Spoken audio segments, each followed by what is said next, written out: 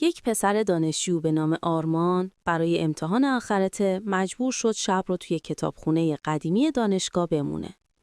کتابخونه ساختمون بزرگی بود که بیشتر از 100 سال قدمت داشت.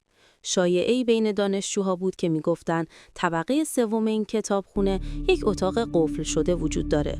اتاقی که هیچ وقت نباید باز بشه.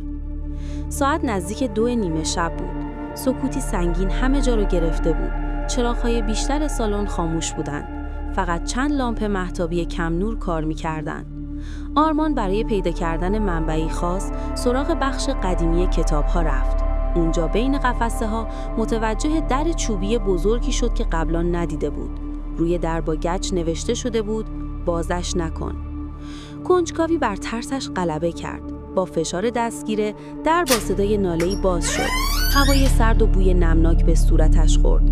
اتاق تاریک بود و تنها چیزی که میدید یک میز گرد وسط اتاق بود که روی آن دفتری قطوری قرار داشت. او به سمت دفتر رفت و بازش کرد. صفحات پر بود از اسامی دانشجوها، ولی چیزی عجیب بود. جلوی هر اسم یک تاریخ نوشته شده بود. تاریخ‌ها همه در گذشته بودند. وقتی به آخرین صفحه رسید، اسم خودش را دید. آرمان امشب. صدای بسته شدن در را پشت سرش شنید. برگشت ولی کسی نبود. چراغ‌ها ناگهان خاموش شدند. تنها چیزی که میشنید صدای نفس‌های سنگین کسی بود که انگار در تاریکی درست پشت سرش ایستاده بود. او جیغ زد ولی صدایش در اتاق خفه شد. صبح روز بعد نگهبان کتابخونه وقتی در را باز کرد، هیچ کس داخل نبود.